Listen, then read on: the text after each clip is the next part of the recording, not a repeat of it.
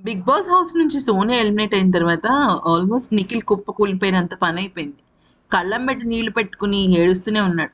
అయితే ఇక సోనియా ప్రేక్షకుల డెసిషన్‌తో కాదు, ఇంటి సభ్యుల డెసిషన్‌తో వెళ్ళిందని చెప్పేసి నిఖిల్ ఇంటి సభ్యుల మీద అలగడం జరిగింది. సోనియా కూడా బయటకొచ్చిన తర్వాత తనని ఎవరైతే నామినేట్ చేశారో ఆళ్ళు బయటికెళ్ళిపోవాలనేసి వాళ్ళతో "నువ్వు జాగ్రత్తగా ఉండాలని" చెప్పింది. ముఖ్యంగా ప్రేరణ, సీత, విష్ణుప్రియ వీళ్ళతో నువ్వు చాలా జాగ్రత్తగా ఉండాలని, అయితే నువ్వు నీ గేమ్ ఆడాలని, ఏదైనా స్ట్రెయిట్ ఫార్వర్డ్‌గా ఉండాలని, అంతేకాకుండా నీ గేమ్‌ని కొంతమంది ఇన్‌ఫ్లూయెన్స్ తెలియకుండా చేస్తున్నారని, నేను నీ గేమ్ ఇన్‌ఫ్లూయెన్స్ చేయట్లేదని, చేసేవాళ్ళు చేస్తున్నారని స్టేజ్ మీద చాలా పెద్ద షాక్ ఇచ్చింది. అయితే తనని బయటకు పంపించిన వాళ్ళ మీద కోపంతోనో, నిఖిల్ మీదున్న ఇష్టంతోనో తెలీదు గానీ, మొత్తానికైతే మాత్రం సోనియా విషయంలో ఊహించని ట్విస్ట్‌ల మీద ట్విస్ట్‌లు నిఖిల్‌కొచ్చాయి. అయితే ఇక్కడ గనక సోనియా గనక ప్రేక్షకుల నిర్ణయంతో బయటికి వెళ్ళింది అని గనుక తెలిసుండుంటుంటే నిఖిల్ అండ్ పృథ్వీ ఇద్దరు భయపడేవాళ్ళు.